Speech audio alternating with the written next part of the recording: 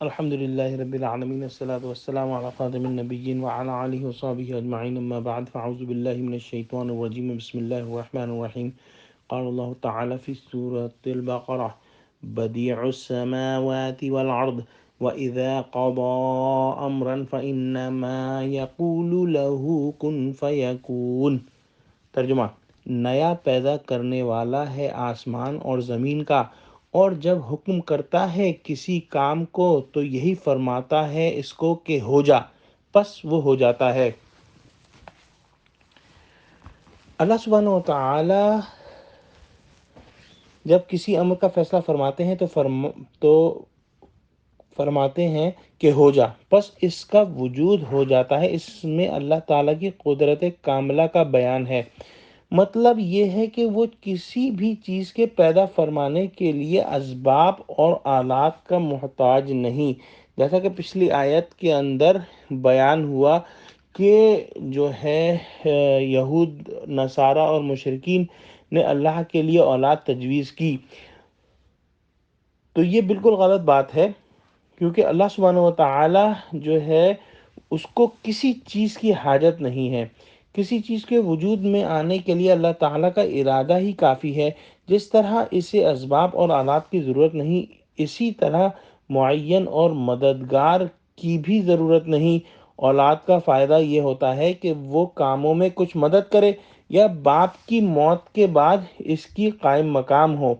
اللہ تعالیٰ جو ہے اس کی شان ازلی اور ابدی ہے، اسے کسی اولاد کی حاجت نہیں جو اس کی جگہ قائم مقام ہو، اور اس کی قدرت بھی کامل ہے، محض اس کے ارادے سے سب کچھ ہو جاتا ہے۔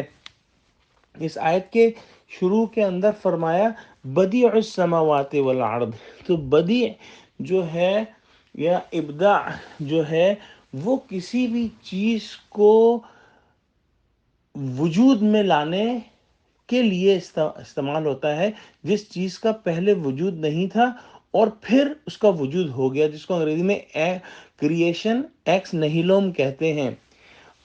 اس کے بعد جو ہے وہ خلق کا مرحلہ آتا ہے، یعنی کہ کسی چیز سے کسی چیز کو بنا دینا۔ جیسے اللہ سبحانہ وتعالیٰ نے گارے سے یا مٹی سے انسان کو بنایا، آگ سے جنات کو بنایا، اور نور سے اللہ سبحانہ وتعالیٰ نے جو ہے فرشتوں کو بنایا۔